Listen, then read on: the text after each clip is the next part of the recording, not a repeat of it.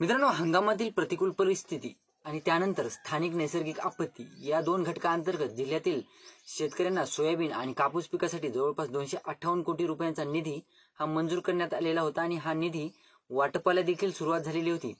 बरेच शेतकरी प्रतीक्षेत होते की पीक विमा कधी मिळेल, आमच्या खात्यावर पीक विम्याच्या रक्कमा अद्याप आल्या नाही।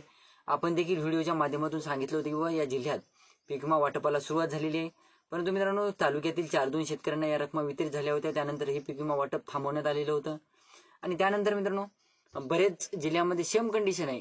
बऱ्याच जिल्ह्यामध्ये वाटप झालं, परंतु वाटप झालेल्या जिल्ह्यात सुद्धा अद्यापही बरेच शेतकरी पात्र असून सुद्धा त्यांच्या खात्यावर या रकमा वितरित झालेल्या नव्हत्या किंवा नाहीत।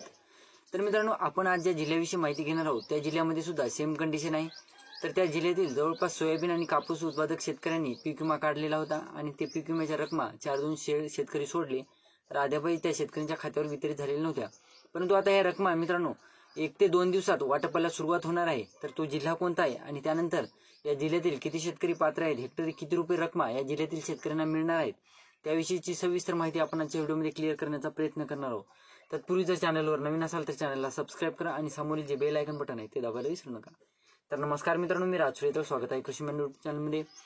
मित्रांनो, जिल्ह्यातील जवळपास 93 महसूल मंडळातील शेतकऱ्यांना ह्या पीक विम्याच्या ज्या रकमा आहेत त्या वाटपाला सुरुवात झाली होती।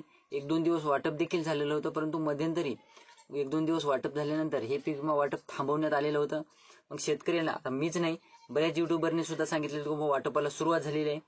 मग शेतकऱ्यांच्या कमेंट येत होते आपल्या चॅनलवर की तुम्ही तर म्हणले आमच्या जिल्ह्यामध्ये पीक विमा वाटपाला सुरुवात झाली, मग आम्हाला हा रकमा अद्यापही 8 ते 10 दिवसाचा कालावधी लुटलेला असून सुद्धा रकमा जमा झाली नाही। तर मित्रांनो, बघायचं झालं तर नांदेड जिल्ह्यातील 9,55,562 शेतकऱ्यांना हंगामातील प्रतिकूल परिस्थिती आणि जवळपास स्थानिक नैसर्गिक आपत्ती या दोन घटकांअंतर्गत पीक विमा मिळणार होता। हंगामातील प्रतिकूल परिस्थिती अंतर्गत 25% अग्रिमच्या अधिसूचना काढण्यात आलेल्या होत्या या जिल्ह्यासाठी आणि नांदेड जिल्ह्यातील जवळपास ज्या हंगामातील प्रतिकूल परिस्थितीसाठी 25% अग्रिमच्या अधिसूचना काढण्यात आलेल्या होत्या आणि शेतकऱ्यांना या रकमा वितरित देखील झालेल्या होत्या तुरळक शेतकऱ्यांना। मध्यंतरी बंद झाल्यानंतरचा विषय टॉपिक सोडा मित्रांनो।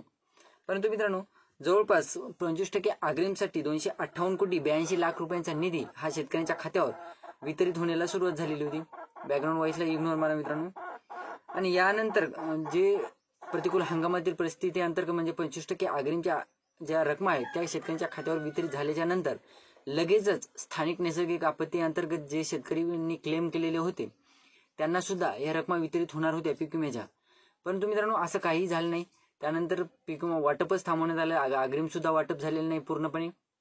तर लागलीच आता 1 ते 2 दिवसात जिल्हाधिकाऱ्यांनी आता पीक विमा समितीला, जी पीक विमा समिती असते जिल्हास्तरीय, त्या समितीला आदेश दिलेले आहेत की 1 ते 2 दिवसात तुम्ही पीक विमा वाटपाला सुरुवात करा, म्हणजे जेणेकरून म्हणजे मित्रांनो जवळपास बुधवारपासून या पीक विमा वाटपाला सुरुवात होणार आहे।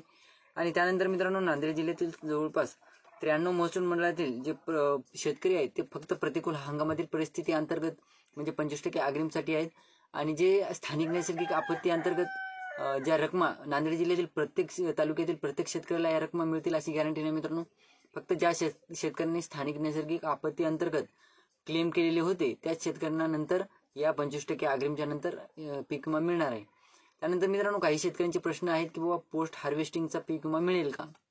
मित्रांनो, पोस्ट हार्वेस्टिंगचा पीक विमा मिळायला नांदेड जिल्ह्यामध्ये तरी कमी शक्यता आहे, कारण मित्रांनो पोस्ट हार्वेस्टिंगचे तुम्ही जरी क्लेम केलेले असतील तरी सुद्धा पोस्ट हार्वेस्टिंगसाठी सध्या तरी निधी मंजूर झालेला नाही। त्यानंतर मित्रांनो, बुलढाणा जिल्ह्यातून सुद्धा बरेच शेतकऱ्यांचे कमेंट होते की आपण त्याविषयीचा सविस्तर व्हिडिओ देखील बनवलेला आहे, परंतु अद्यापही काही शेतकऱ्यांचे जे डाऊट आहेत ते क्लिअर झालेले नाही मित्रांनो। तुमचं जे काही शेतकऱ्यांचं आता एल्ड बेसमधून लोकलाइज्डमध्ये जात आहे, तर काही जिल्ह्यात शेतकऱ्यांचं लोकलाइज्डमधून परत एल्ड बेसमध्ये येत आहे आणि असे प्रॉब्लेम येत आहेत मित्रांनो। तर मित्रांनो, ज्या शेतकऱ्यांचं स्टेटसमध्ये क्लेम अवेटेड होतं त्या शेतकऱ्यांचे हे प्रॉब्लेम होते, त्या प्रॉब्लेमचं रिसॉल्युशन आपण केलेलं आहे। आणि त्यानंतर मित्रांनो जवळपास धुळे जिल्ह्यातून त्यानंतर वर्धा जिल्ह्यातून सुद्धा सेम प्रॉब्लेम समोर येत आहेत, त्याविषयीचा सुद्धा आपण व्हिडिओमध्ये थोडीफार माहिती घेतलेली आहे अगोदरच्या। तर ही होती छोटीशी माहिती मित्रांनो। व्हिडिओ आवडला असेल तर लाईक करा, चॅनलला सबस्क्राईब करा आणि जास्तीत जास्त शेतकऱ्यांपर्यंत पोहोचवण्याचा प्रयत्न करा। धन्यवाद।